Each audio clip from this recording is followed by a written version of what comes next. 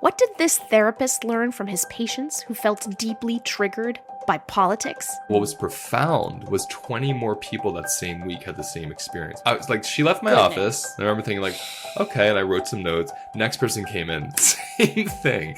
Next person came in, same, men and women. It was amazing. And how do our two big political sides see these kinds of strategies differently, in ways we might not even be aware of? Conservatism on the right has like a toughness thing, which I love in some ways, right? Like the self-sufficiency ethic and the like resilience. But I think that the downside is that we are just not very good at this piece. All that and more is just ahead.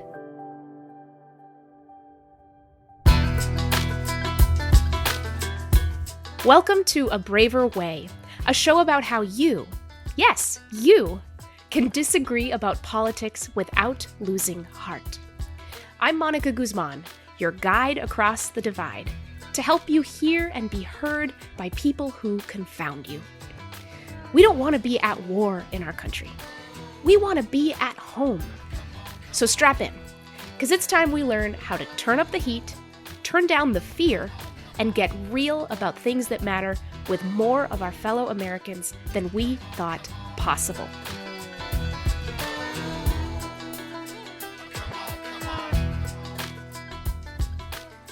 Hello, everyone, and welcome back.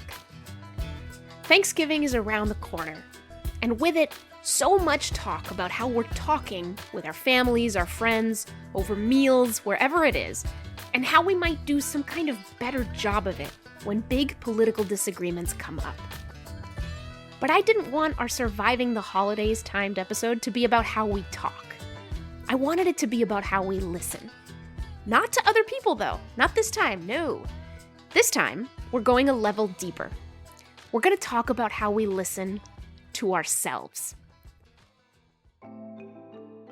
Now, before you think this episode is going to be some woo-woo session about our inner light, no. Rest assured, we are here for some real talk, and oh boy, so is my guest. He is a therapist, but unlike most therapists, he doesn't start with what goes on in your mind, but with what goes on in your body. I first met Luis Mojica through a really good friend of mine. She introduced me to his ideas at a time when I was just figuring out how important it is to stay curious in political disagreement. Not just about what other people say and mean when things get heated, but what I say and mean. You can't wonder about something you barely notice. And what I've realized, and biology bears out, is that noticing my part in tough conversations doesn't begin with what I say, or even what I think. It begins with the physical reactions I have. Reactions that tell me I am stirred up, provoked, or dare I say that loaded word, triggered. I invited Luis to do a workshop at the Braver Angels convention in Gettysburg this July. Before that session, I thought about a stereotype I've picked up on around liberals and all things therapy, and I wondered if only liberals would show up. But I shouldn't have worried. There were more conservatives than liberals at that session, and they all left wanting more. So today, we're going to zoom way into those moments we all have. Moments when someone who disagrees with you says something jarring to you. And with a physical flinch or cringe or a sensation like a punch to the gut, you react. What do you do next if you still want to hear and be heard? How can we really actually handle, being triggered in political disagreement? Here's my conversation with Luis Mojica.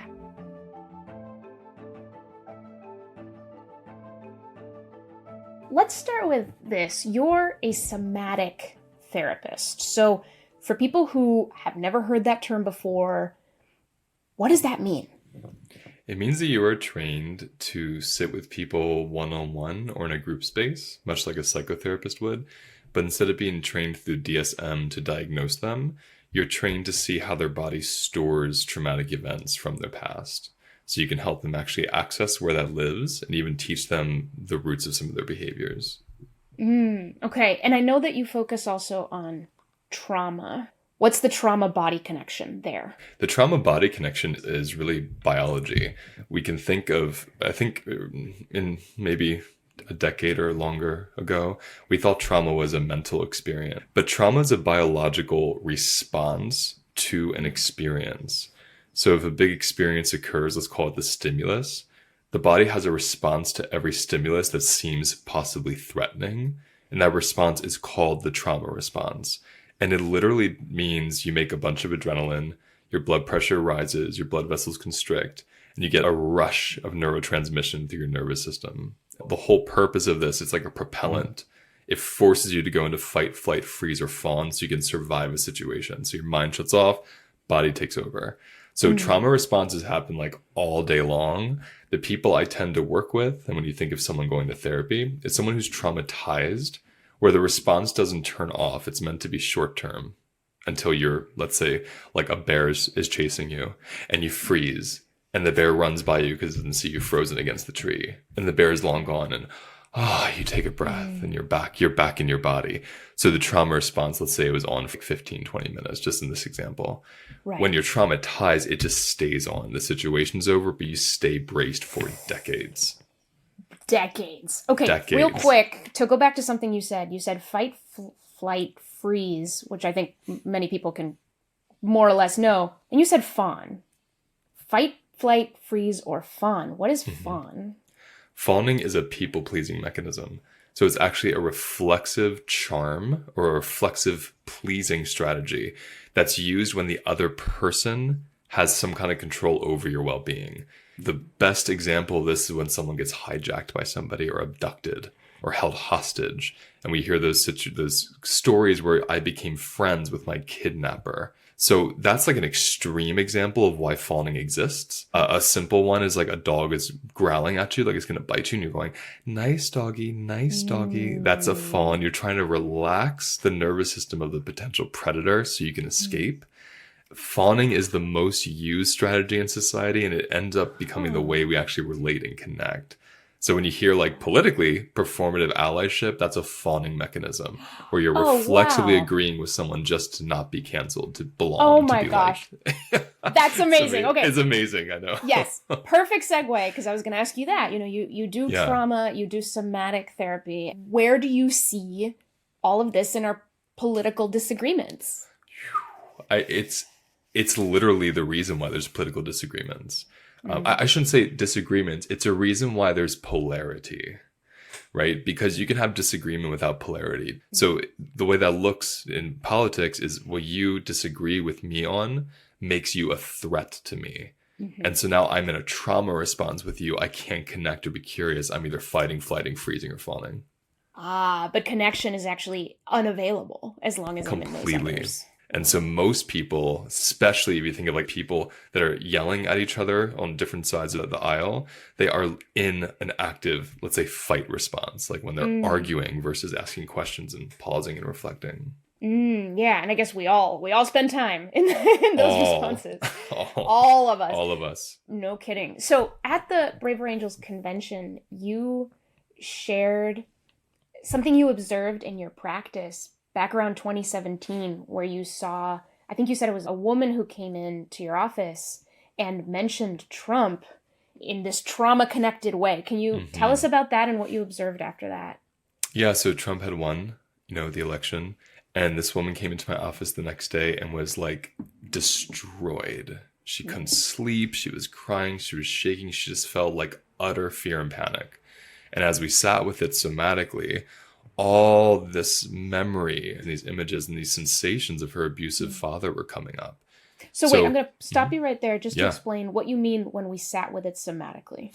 Good question. So sitting with it somatically, for everyone listening, I'll say it in the simplest context. It literally means, where do you feel that in your body?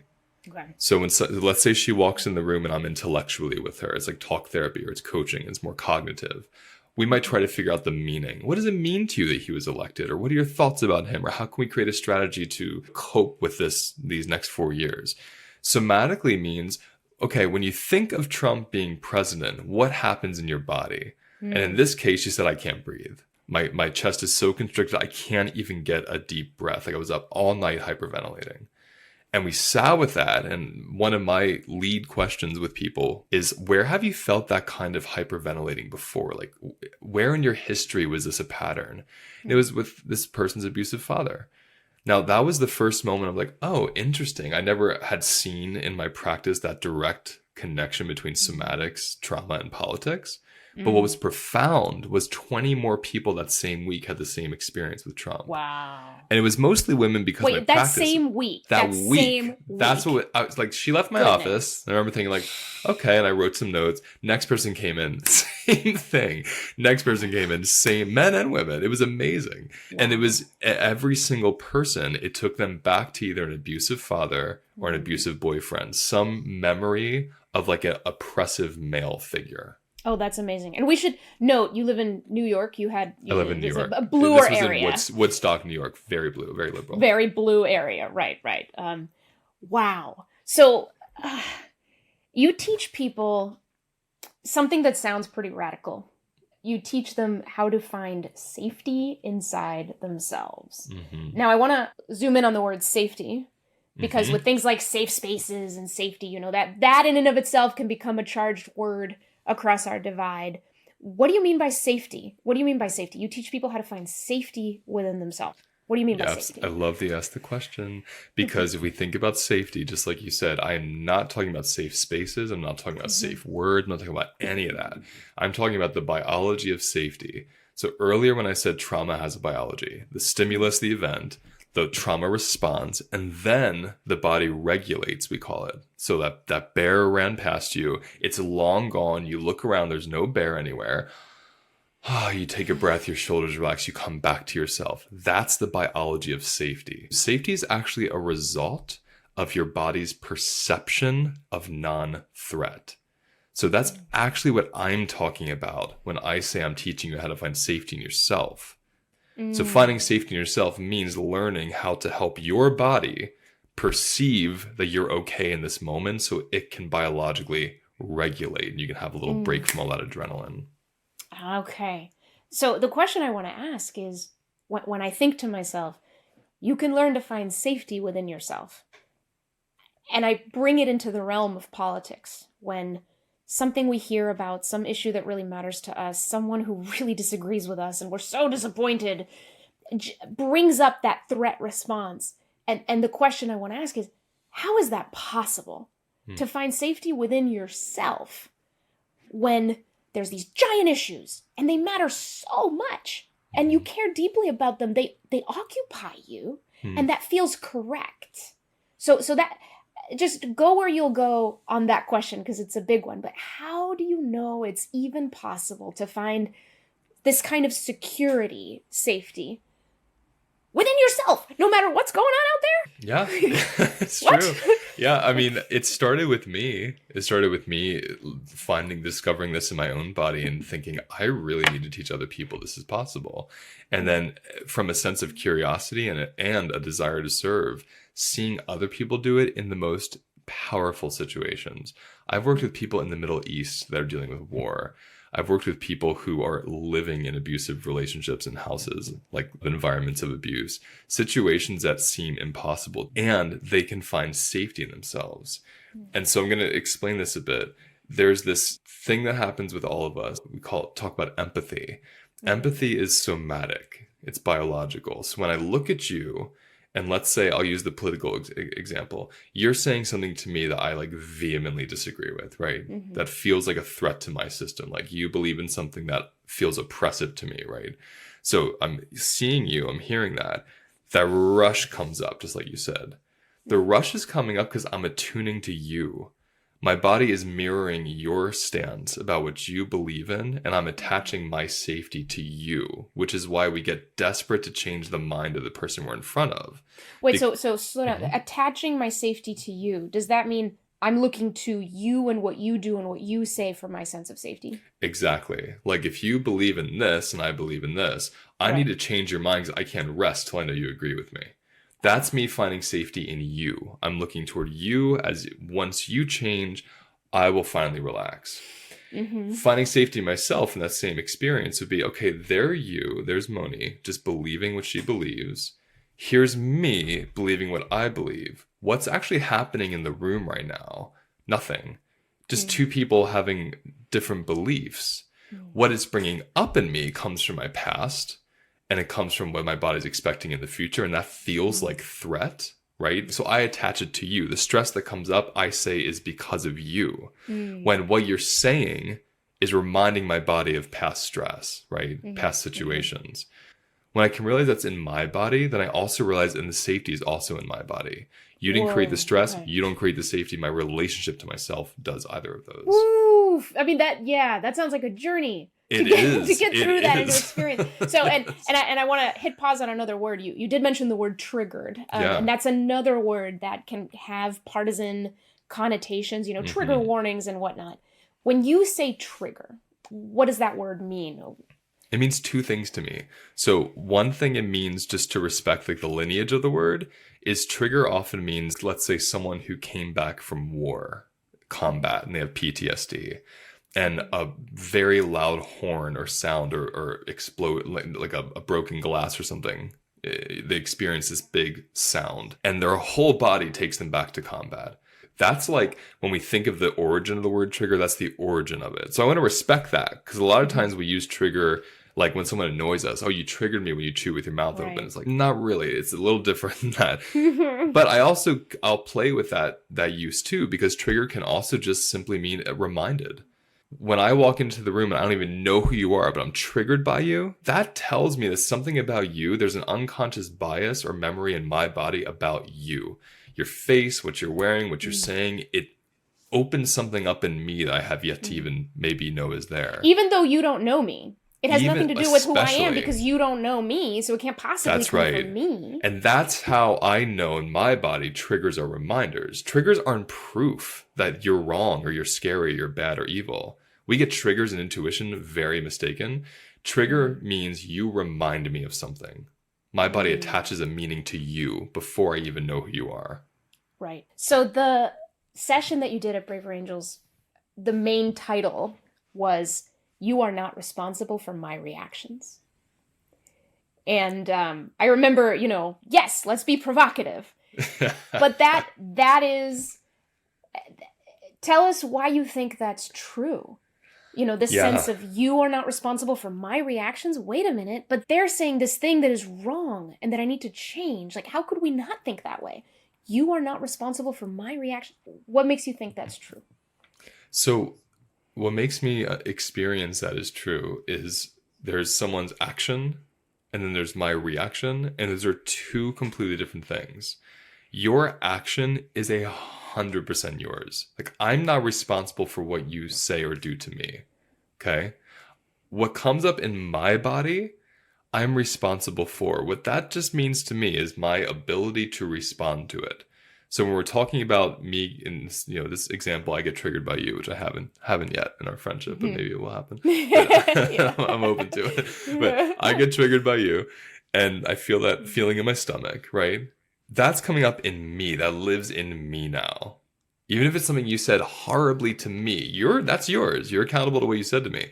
Where that goes and where that comes up in me is in me. Now, how I know this is we had talked about this in the beginning. I grew up being severely bullied for years and years and years through grade school, middle school, high school. So for me to feel when I was around certain people that I wasn't able to be myself, I wasn't able to speak to them, I wasn't able to be seen, it was this thing in me where I thought it was up to them. Like, they had to like me before I could be happy, before I could be myself, before I could be valid. And I lived that way for a long time until I found this work.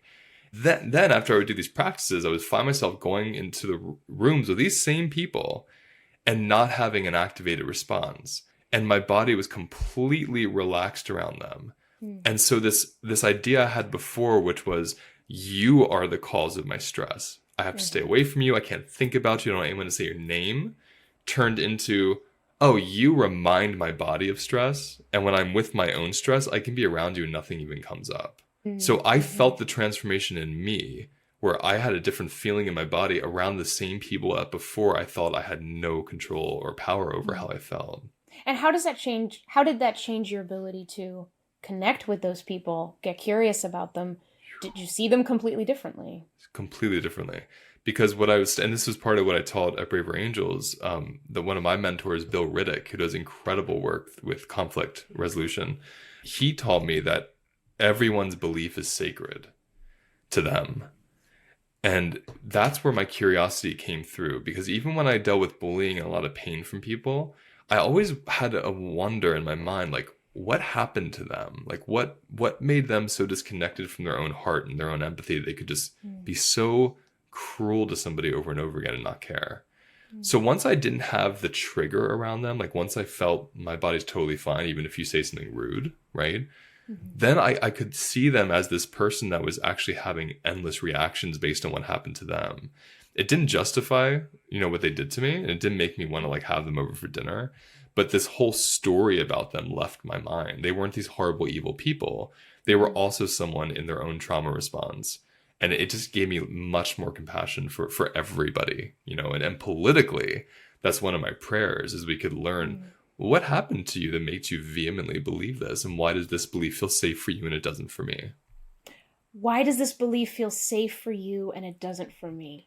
That's a pretty profound question. That's what I wish we were talking about in debates.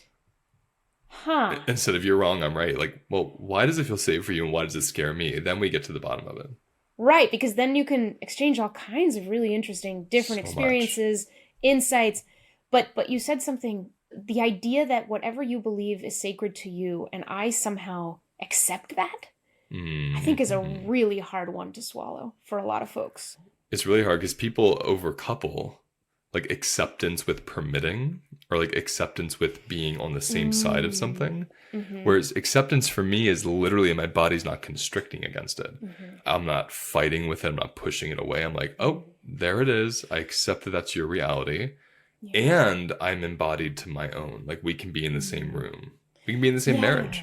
That's amazing. Well, I was just thinking about on an earlier episode, folks heard from my mom, and my mom and I disagree on abortion policy, and she's pro-life and I'm pro-choice. And she told the story about when I was a teenager and she heard from me for the first time in real clear terms that I am not pro-life. I think abortion should be legal. And she talked about how it absolutely broke her heart and how for a long time she carried that in her. But she talked about, I'm trying to remember the words she said.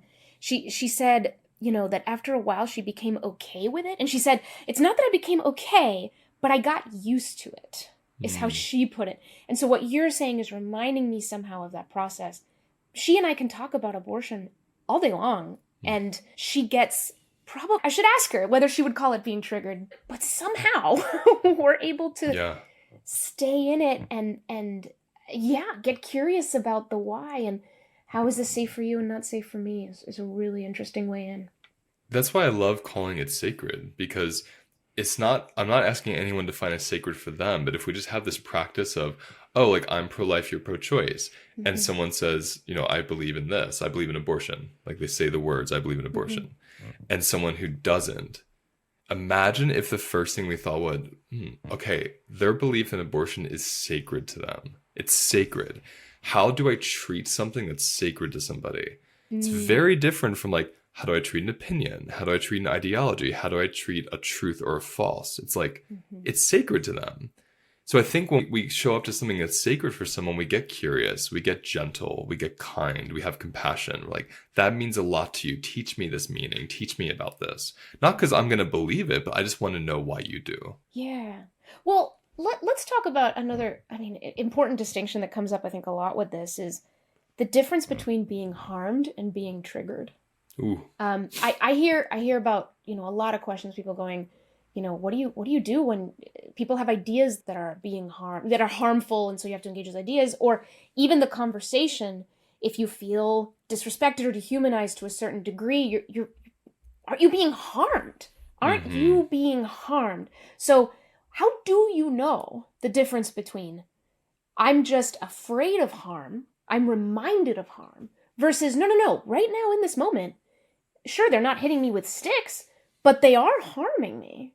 We need a whole other podcast. We probably do. I don't know if you can sum this one up, but I'm gonna try. But for the listener having that thought, right? Like, yeah, absolutely. Evan and I had a 6-hour conversation about this the whole ride home, by the way. I believe it. I believe Getty's it. recounts. So you said something really important. You said reminded of harm. That's like, I'm going to underline that. So most of the time when we are triggered or having a conflict with somebody, it either reminds us of something we've experienced or because of that experience, we expect a really painful result.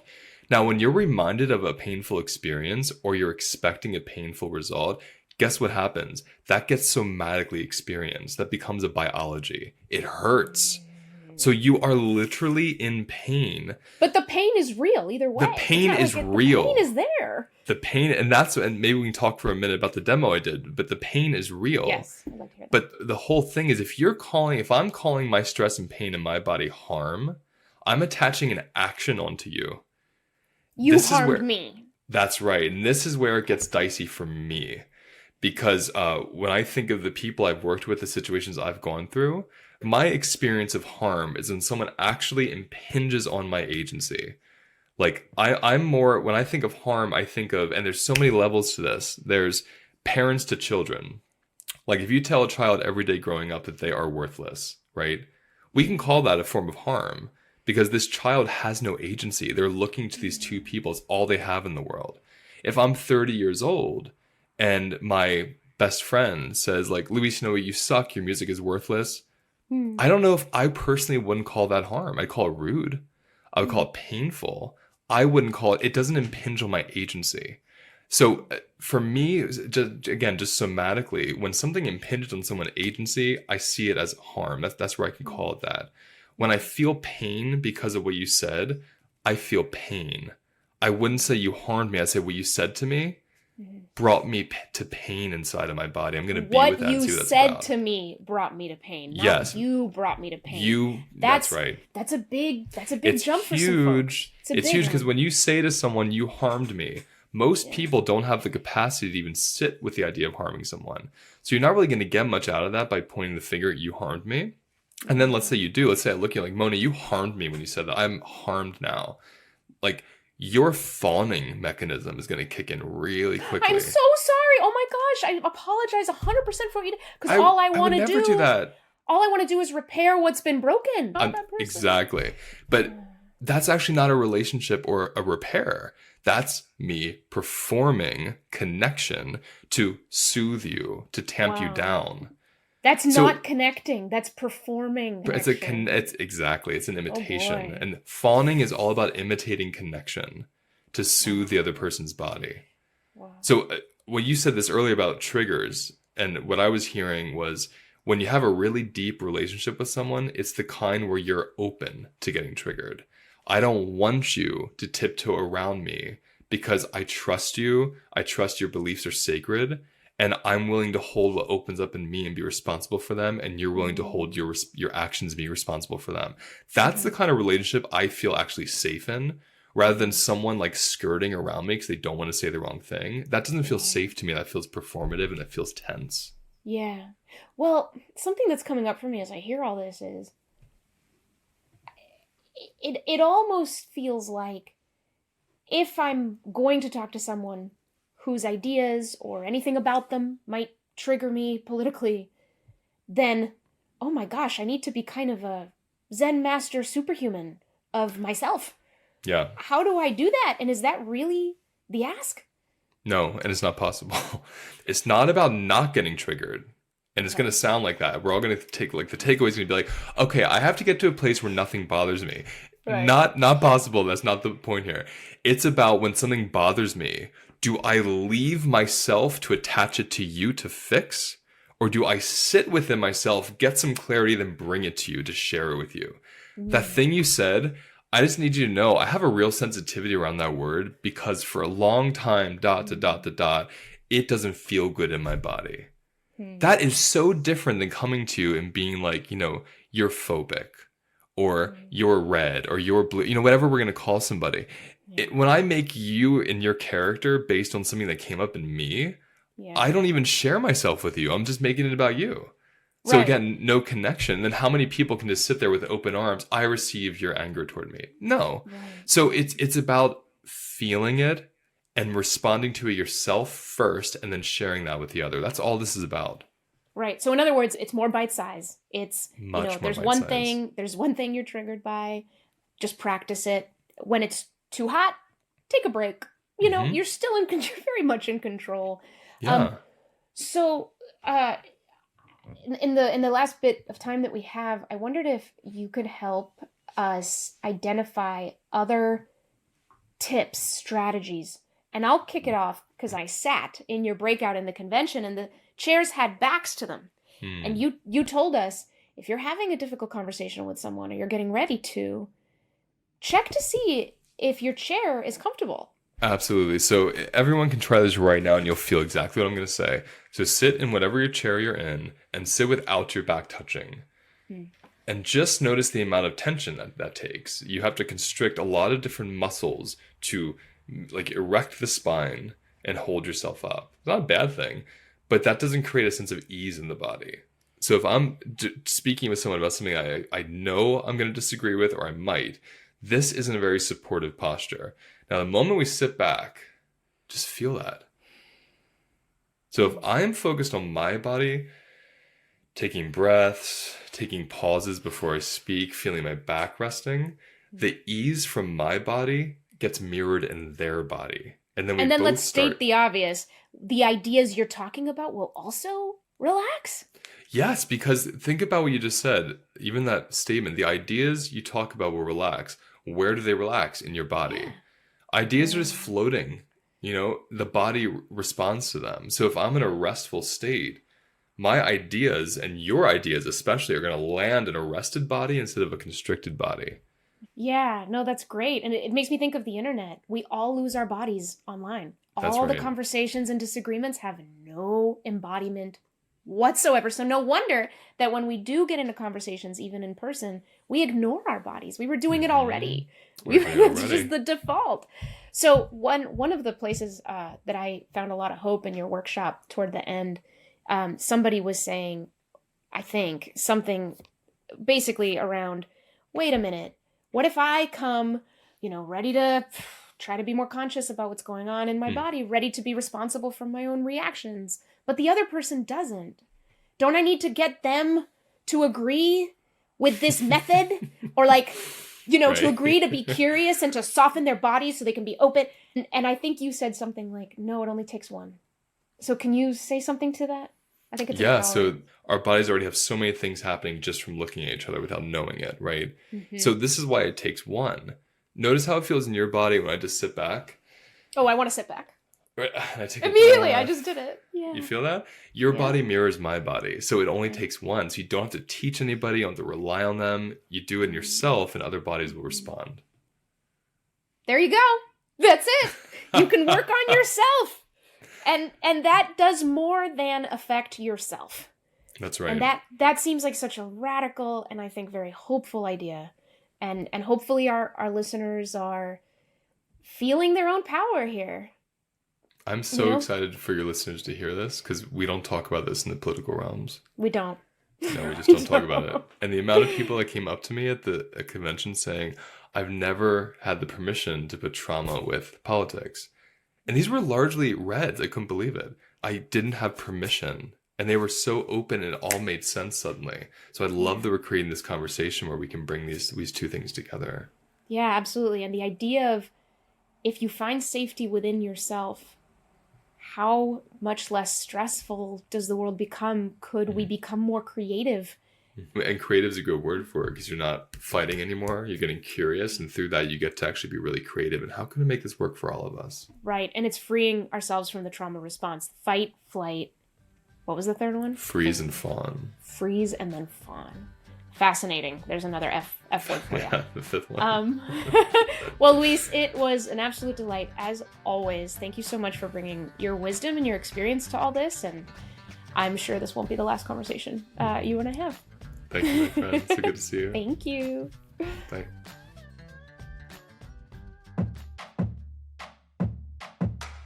Before we move on, I want to tell you about one of our supporting partners. Have you ever been in a conversation where you felt misunderstood for your beliefs? Have your relationships fractured over differences of opinion? Or have you ever seen a news article that misrepresented your side of things? AllSides.com is here for you with tools designed to heal our divided society. All Sides helps people get outside their filter bubbles so we appreciate differences of opinion and find something closer to truth. Its balanced news feed serves up news from the left, center, and right, all side by side, so you can get out of your bubble, spot bias, and think for yourself. Spotting bias is not easy, but as a longtime journalist, I can tell you, these guys have made something of a science out of it. Their newsfeed is powered by over 1,400 all sides media bias ratings that they've gathered that rely on the judgment of everyday Americans, not one elite group. They also host conversations to help us communicate across divides. Check out the newsfeed and help rate media bias yourself at allsides.com.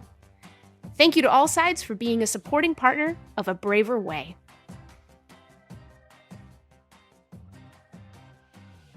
After talking with Luis, I was pretty eager to check in with my friend and colleague, April Lawson. This episode is about listening to yourself in disagreement, a bit of a different angle. So what does that bring up for conservatives like April, or liberals like me? Here's our conversation. Hello, my friend. How are you? Hello. Good. How are you? I am now more conscious of my body. I'm sitting in a chair. I've propped pillows behind my back so that my back is somewhat supported. What is your body doing right now? Well, I'm noticing that my chair, I'm sitting in a folding chair because I moved recently and I don't have a good desk chair yet. It's not the most comfortable, but I slept well. And so my body is fairly loose because of that. So excellent. Plus, I'm talking to you, and that makes me happy. So Yay! I feel pretty chill. Very cool. Well, we've just heard from Luis Mojica, somatic therapist, and the driving question is, how do you handle being triggered? So let's start with our favorite moments. April, what stood out to you? Oh my gosh. I mean, so I also just am feeling comfortable right now because I love being in trauma-informed spaces. I think you know this about me, but I spent a little under 10 years working on a sexual assault hotline. And so I loved this interview, and I love Luis's work. I actually have a bit of a professional crush on him, I must admit. It's very cool. We're very candid here on A Braver Way. That's right. Wonderful. So I had a bunch of moments that were whoa for me. But I think the one that was in some way the most foundational is just when he said, trauma response is not just occasionally how we respond to political things, it's all of it. It took something that is often made sort of niche and helped universalize it and say, okay, this is a human response. And because we all have bodies, we all respond this way. And in politics, which we think of as this super intellectual, cerebral, polished, in some ways more masculine area. And no, we are all responding out of that. So that was amazing for me. Yeah, I think that's spot on. So my favorite moment, man, I really loved when he articulated a question that seems so helpful, which was asking the question in disagreement, why does this belief feel safe to you, but not to me? Or why does this belief feel safe to me, but not to you? And that flowed out of when he was talking about one of his mentors, a facilitator named Bill Riddick. Bill teaches that you have to understand that somebody's belief is sacred to them. Whatever it is sacred to them. And what a daring, crazy, weird thing, right? To try to internalize that somebody's belief is sacred to them. And something about listening to them, respecting them, requires accepting that. What? And how hard that is with certain beliefs for certain people. And anyway, so that really stood out to me. So let's move to where the blue side and the red side are good and bad at the strategies, the aforementioned, in the aforementioned interview. So let's start with you. Where do you see the conservative side, your side, being good and bad at these sorts of things? Yeah, I thought about this, and I have to tell you, I don't think we're very good at this. Well, define this. When you say good at this, what do you mean? Sure. Well, specifically at engaging trauma-informed ideas about this stuff and admitting that safety is relevant to it, that like the body is part of this.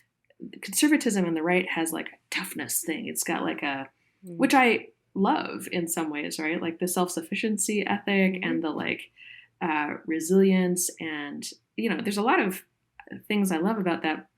But I think that the downside is that we are just not very good at like holding space for your own internal discomfort with things, and like acknowledging that. Like it all feels very, very mushy. Yeah. I have to stop you for a minute, because I'm noticing that as a conservative, you are using terms that are often really related with the left. You were saying safety. You also just said hold space. Yes. Which tends to be this phrase that comes out, or even the phrase trauma-informed spaces. I bet is just really unfamiliar to a lot of folks who aren't in the kinds of contexts, frankly, very blue context most of the time, where people even know what that means. Yes, and then it sounds like jargon, and then it sounds intimidating, and like it's being used as an assertion against somehow that you're not privy to. So yeah, no, you're right. It's because I spent so much time on the hotline and have some background in this. That's the reason I'm using those words. But it's funny because as you say it, I am actually kind of speaking that, like I'm conscious of speaking a dialect that is like not at all universal in American political culture. But I do think that the right's version of this often shows up in religious spaces, and it's very powerful there. And so here's what I can say about what I think we're good at. Like, I think that this is a sort of grand and overgeneralizing comment, but I kind of think that there's the rise of like therapy and therapists in the last, I don't know, 50 to 200 years, depending how you think about it. And I think it's largely in response to the fact that the church no longer... It's taken that role in society. Wow. Previously, people went to their pastors. People talked to the like elder woman in the church who was wise. Like that's how that all was handled in our life in that way. And I'm not saying that was perfect, etc. But I do think that that was where that work happened, and that it was pretty powerful. Let me ask a question on that. When I think of spiritual, community type spaces that may have been, that were more prevalent and present in people's lives some generations ago, don't think of a lot of body aware somatics. I think of Buddhism, like yoga and the Buddha, and like there's traditions where the body, I think, has been more present than Christianity. And we're not going to probably go down a rabbit hole on religion, but I guess my question is, do you find that the somatic piece is something that we didn't do as well ever? Yes, okay. Touche. Like I do think that Christianity and the West have it goes back to Descartes and like the mind body split, and like and the soul is totally this other thing. It's not the relationship between body and spirit in Christian history is very, I would say, fraught, painful, broken. So that's a good point. I really have nothing to say to that. I think you're right. So all right, well, I took a lot of notes on what I think the blue side is good and bad at. So what is the blue side good at? Well, apparently it's kind of housed a lot of the language, the dialect of some of these practices. I don't think that's a good thing, because when a language feels foreign and unfamiliar to the other side, it becomes less accessible, and it whispers underneath itself, you're not part of this. And I hate that. I hate that. I think the blue side is good at embracing trauma as real and, potentially debilitating and widespread.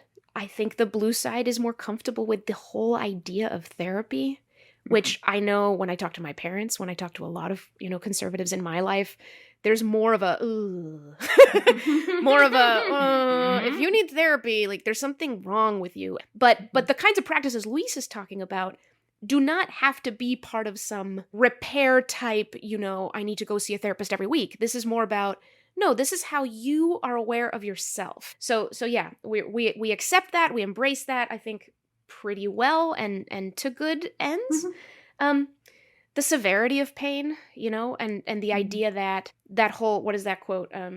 sticks and stones may break my bones, but words will never hurt me, Mm-hmm. has really become complicated in the last generation or two. It's true that they won't draw blood, but we know from research that your mind will treat a psychological assault as just as threatening in a lot of cases. And so when you dismiss that as, well, it's not physical and therefore we don't need to treat it as seriously, then there's a lot of unaddressed pain and a lot of, tools or spiritual practices or things that people that won't know. Okay, this is a nice bridge to what I think the blue side can be quite bad at. During the interview, Luis said that he distinguishes between pain and harm, and I thought this was such a key moment.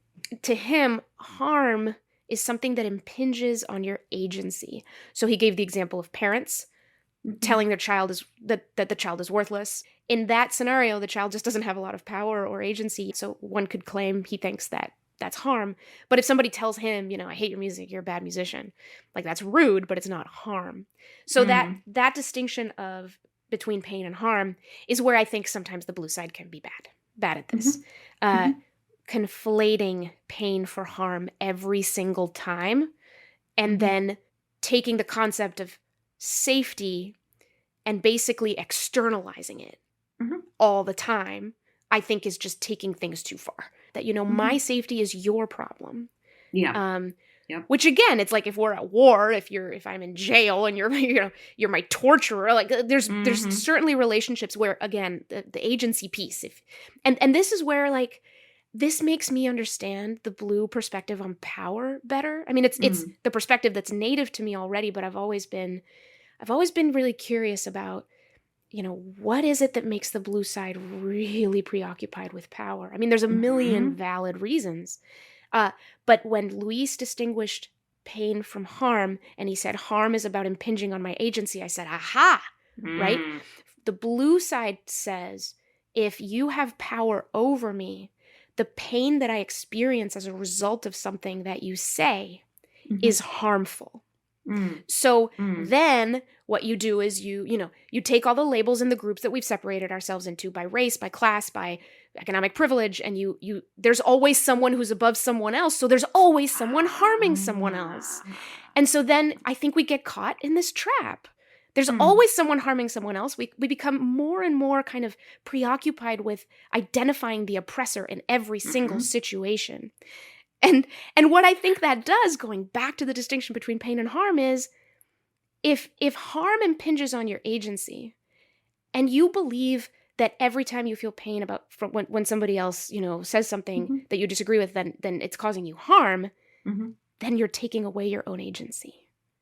That's the thing that I'm going, wait a minute.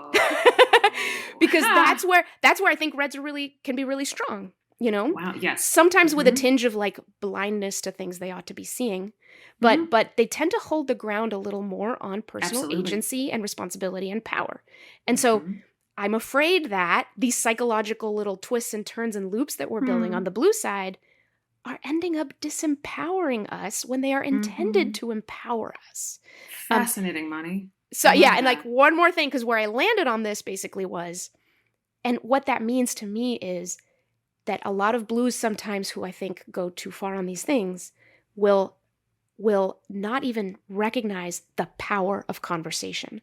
That within the context of a one-to-one conversation in particular, where things are contained, trust can be built.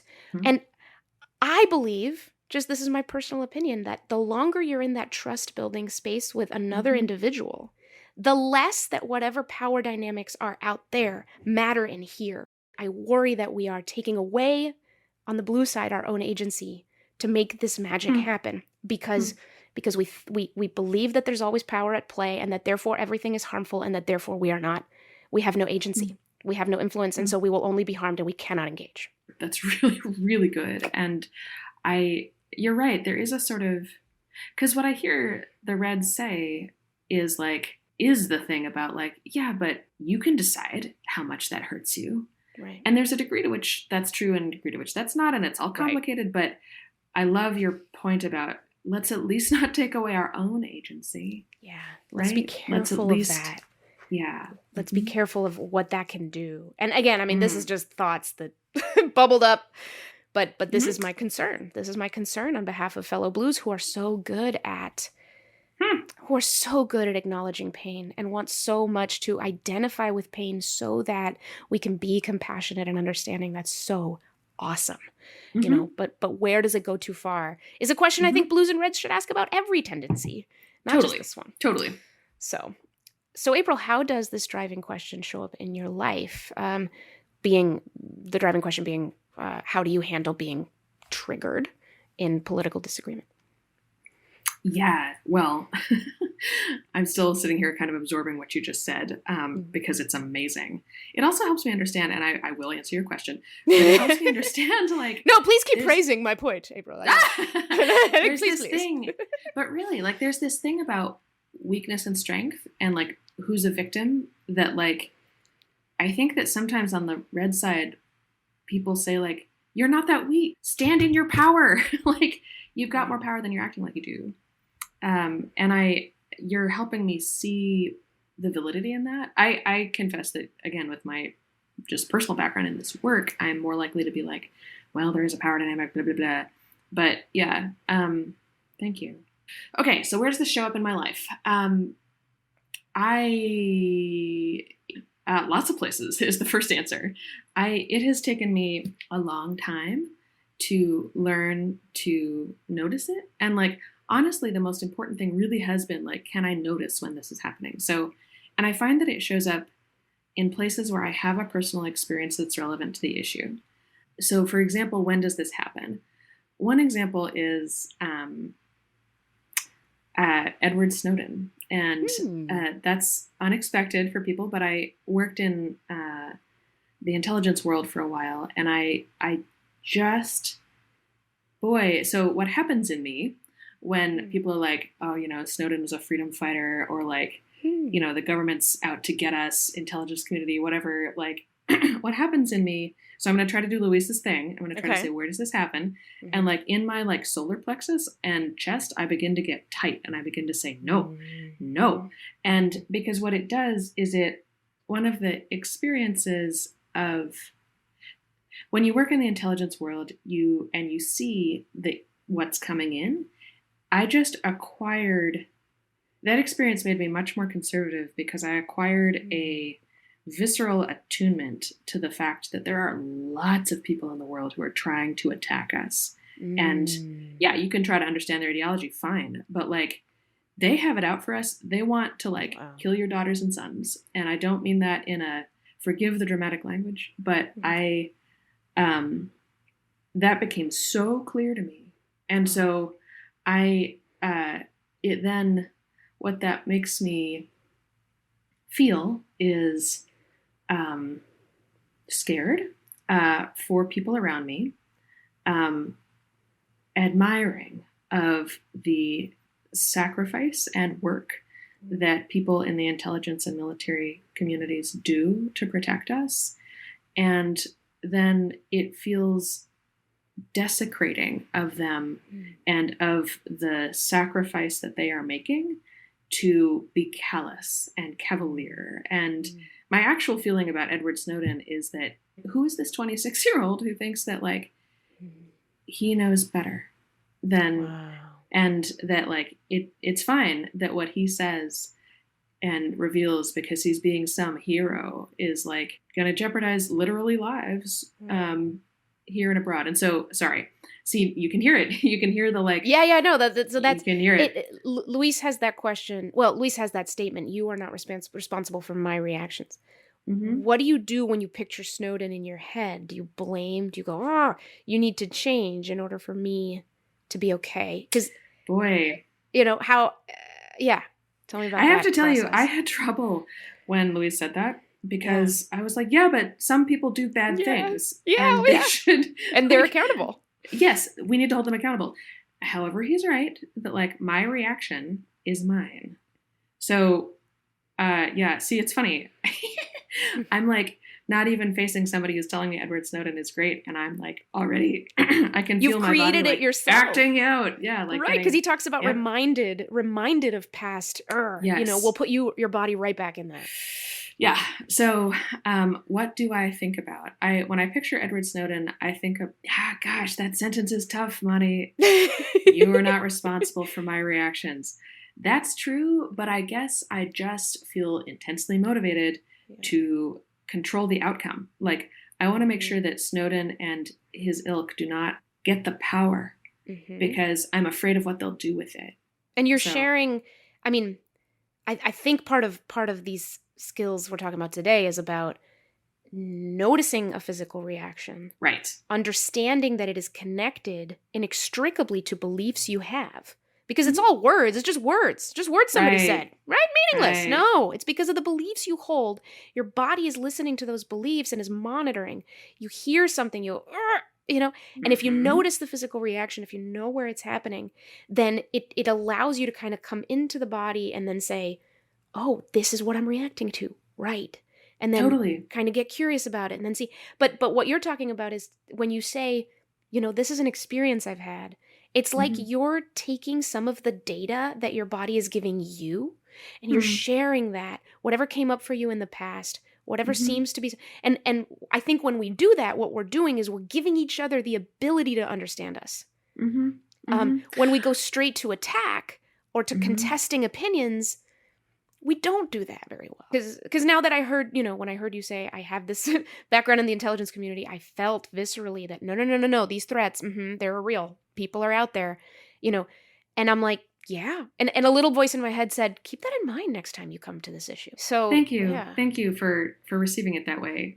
So how about you? Right. So, you know about this thing that happened some weeks ago at one of my talks. So I travel a lot and meet a lot of amazing people and hear really candid stories. So recently I was doing a workshop and a person in the room was clearly very critical of it. And I know this because she sort of called me over during one of the exercises and kind of, you know, was somewhat, you know, pretty upset, I suppose, you know, said that, hey, you know, this is, I don't think this is right. And I remember in that moment when she told me that, like, in fact, I am feeling the feeling again, April.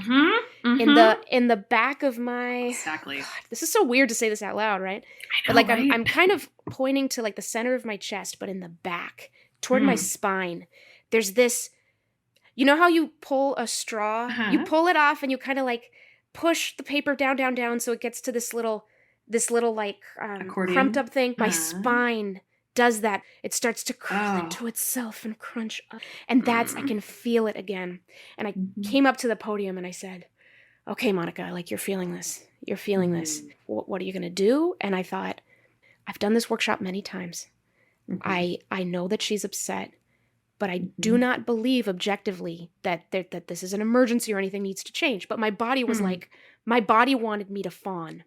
There was a little fantasy playing in my head of like, I need to make this woman okay with what's going on. And so I need to fawn, I need to perform. But I told myself, you know that you're okay. You know this workshop is okay. And that this feedback is valid, but chill, right? Then after the workshop was over, I was very motivated internally for flight, right? There's fight, flight, fawn, freeze. I was like, I saw her and I was very curious. I want to know what she meant. But another part of me was like, no, you don't. You're not gonna, nope, we're gonna go straight the other direction because we don't want this in our lives right now. Totally. just a feeling of, so I'm walking behind her out of the room and I'm like breathing faster and I'm, you know, trying to slow it down. I go up to her and I ask her to lunch. So we had lunch. I did. Oh my gosh, Moni. So we talked for like the whole hour and a half of lunch, and she delivered really stinging critiques. And I say stinging because that's also a physical reaction. You know, some of the things she said, including, I will just say this one, and this one is, you know, like it sticks in my mind. Like you're upholding white supremacy with this work. So, okay, like the feeling I get when I hear that. And again, at the table, I had this temptation to fawn. But I said, there's a reason you're doing what you're doing. And you know that there's something really important about it. And so can you stay grounded in that? And it was a physical thing because even at the table, I I felt myself wanting to shrink, and I made myself not shrink. I just made myself like stay steady. And I listened as well as I could, and I saw her gestures, and she, I added a slide to one of my talks. Like after this conversation, I learned a lot from her. But I experienced all the temptations to fawn, absolutely to freeze. Because I'm reminded of past trauma. I'm reminded of people who think that they're right and they're totally wrong. People who think they're doing good in the world and they're actually harming everyone.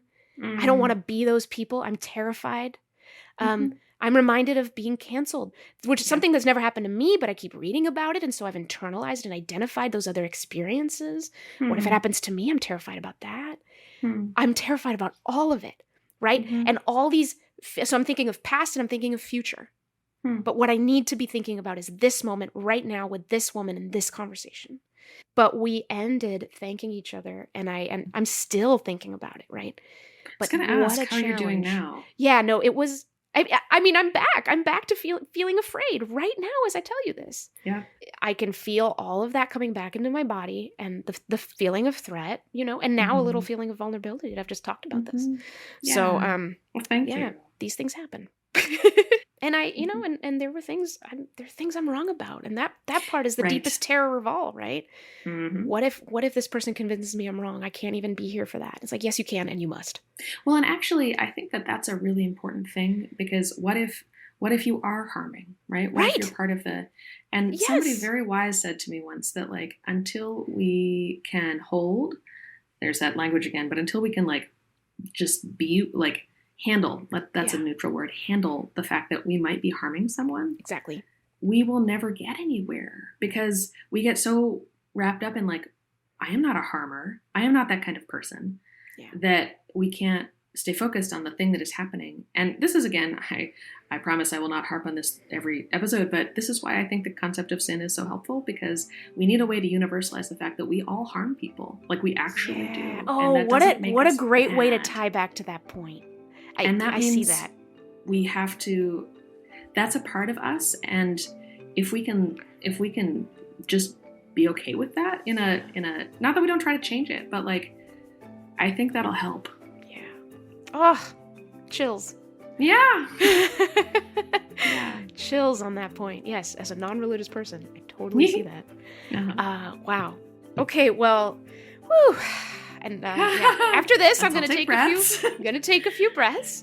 I'm literally thinking, like, yes, I'm going to stretch. I'm going to, feel that. Big thank you to Luis, because I think he's really good. I used to think this stuff was really hokey. Then I really experienced it, and I said, no, this is real. This is really helpful. This is a really helpful way to be responsible and find our power.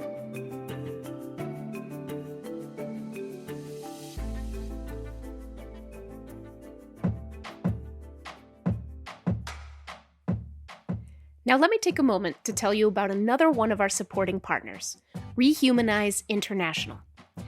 Rehumanize International is a nonprofit human rights organization dedicated to creating a culture of peace and life. They seek an end to all aggressive violence against humans through education, discourse, and action. Their advocacy is based on the consistent life ethic, a moral philosophy centered on the principle that each and every human being has inherent dignity from the womb to the tomb. Their organization is non-sectarian and non-partisan, and it promotes collaboration among many organizations and movements in an effort to achieve their goal that each and every human being's life is respected, valued, and protected. Learn more at rehumanizeintl.org. Thank you to Rehumanize International for being a supporting partner of A Braver Way, and just like All Sides, a member of Braver Network.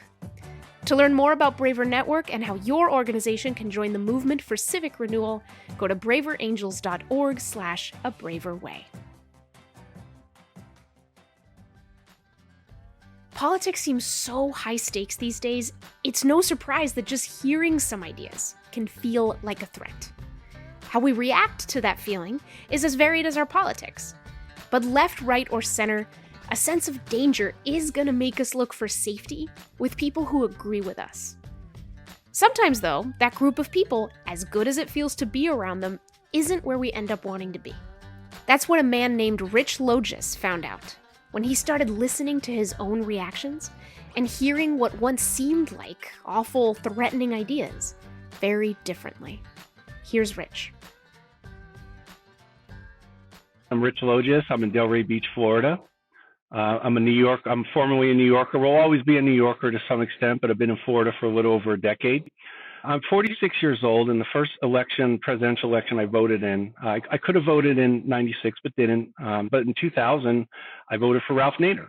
And the reason I gravitated toward his campaign, part of it was policy. Not to say I agree with all the policy then, but part of it also, a significant part, was that I noticed that both major parties didn't like him. And I found that really quite appealing. And my political journey in my adult life started and continued for many, many years as an anti-two-party system guy. I've always considered myself a very political person, but for many, many years, up until just a few years ago, I would qualify that I was political, but also quite ignorant.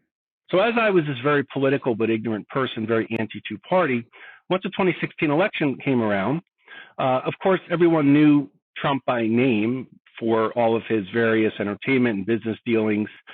But I noticed something about his campaign that I thought was similar to Nader's, which was that both parties didn't like him. So I thought, maybe there's something there that I want to pay attention to. So it didn't take a lot for me to become enamored with his campaign. That's where I believe my trauma, my political trauma, really started. It was in that late 2015, all throughout 2016. Is that when that election was happening, I was one of the Trump voters of the belief that the election of Hillary Clinton was the end of America. I was very, very deep in the Republican MAGA partisan world. While I didn't buy into all of the theories and conspiracies and the mythologies, I believed a lot of them. In the MAGA Trump world, I had a community. I was part of a community. I felt validated. Those with whom I broke bread, congregated. I felt that there was a legitimacy to what I was doing, being around others. And that is a very underestimated part of why, for some people, they become very, very immersed in what they're not realizing is actually very politically traumatizing surroundings and relationships. Because I think with trauma, with political trauma especially, another point that I like to bring up in my work is that the more traumatized we are, the more that we are actually abusing ourselves. So after the 2020 election, of course, we had the January 6th insurrection. And for even up to that point, I was still on board with Trump. I was of the original thinking of, well, January 6th, yeah, it was bad, but it's made into a bigger deal than it really was. And then I started to examine closely some of the forces that led to that day. And I came to realize that it was actually much more serious, and the factors that fueled it much more nefarious than I had originally thought. And combined with the constant undermining of the will of the people, of our democratic institutions and norms, with the constant stolen election, which again, I use this word a lot, but it was and is a traumatizing mythology that our former president continues to espouse. So I started to see more and more that those were mythologies that I did not at all believe in, and they actually explained a lot of what might have happened that day.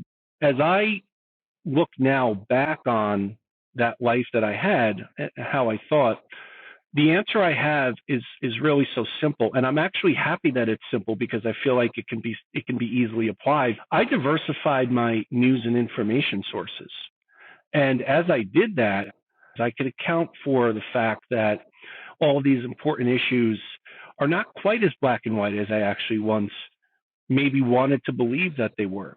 I came to realize that I was chipping away at what I considered my own inner morality, my own inner intellect, that I now have embraced more. Why? Because I've gone through that period of liberation. So I had that community, and that is really powerful and immensely influential when it comes to our political dealings. Once we start to see that there's actually a whole other world outside of what we may think, we start to be able to piece together and heal. Yes, on one hand, I left behind a community, but I also was able to find another. And I believe that my footing in this community more and better reflects and represents who I am than my prior community. Does your political community reflect who you are and what you aspire to for this country? Or does it just reflect the people you, at this moment, feel most comfortable around? What a question. It makes me want to listen to myself, watch my own reactions, stay curious. And speaking of curiosity, we want to know what questions this episode, or any episode, has sparked in you. Because later on, we're doing an Ask Me Anything session. I know there's tons of thorny issues that come up around bridging these divides we talk about. Some of you might be skeptical of the whole concept. And this can't just be a one-way street. So please, throw your toughest questions at me. We are here for this. And later this season, I'm going to gather a few of my bridge building friends together, both reds and blues, to offer some responses. Just email your question to us at abraverway@braverangels.org. And hey, thank you, big thank you, to everyone who's already reached out. And with that, I'm ready to send you brave souls back to your worlds with a song. It's called The Quiet Voice by Alex Wong and Elise Hayes, and it was one of the honorees in the 2020 Braver Angels Songwriting Contest. Take a listen. Darling, darling, you're not okay. I can see that you're hurting. The look in your eyes shows me the pain. I feel the anger burning. Words hit you like hand grenades. Throw them back, you can make them pay. But maybe there's another way, hiding in the silence. And that's our show. Thank you for joining us on this 5th episode of A Braver Way. A Braver Way is a production of Braver Angels. We get financial support from the MJ Murdoch Charitable Trust and Reclaim Curiosity. Our senior producer and editor is David Albright. Our producer is Jessica Jones. Our theme music that you hear in the intro each episode and in some other spots is by the fantastic #1 Billboard bluegrass charting hip-hop band Gangstagrass. A special thank you to Mike Casantini, Ben Karen, and Michelle Schroer, and to our contributor, April Lawson. I'm your host and guide across the divide, Monica Guzmán. If you like what you've heard, hit subscribe, give us a 5-star review, and share this episode with anyone you know who's ever reacted to things said from across the divide over the holidays or any time at all. Spoiler alert, that's everybody. Questions, comments, surprises. As always, you can reach us at abraverway@braverangels.org. Take heart, everyone.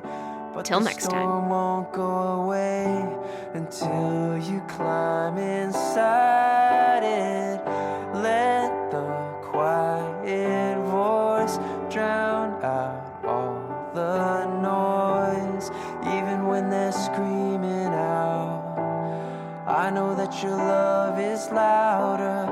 Let the battle cry fade away this time. Darling, we still have a choice. Listen to the quiet voice. Yeah, just 'cause they shout it, it doesn't make it true. 'Cause everyone gets the loudest when they're about to lose.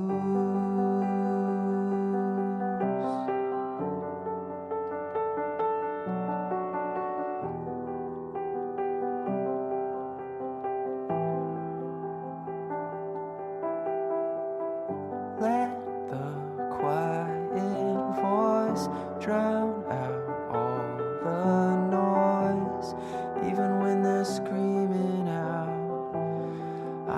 but your love is louder. Let the battle cry fade away this time. Darling, we still have a choice.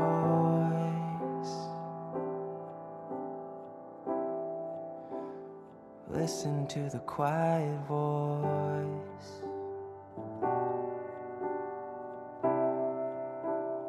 Listen to the quiet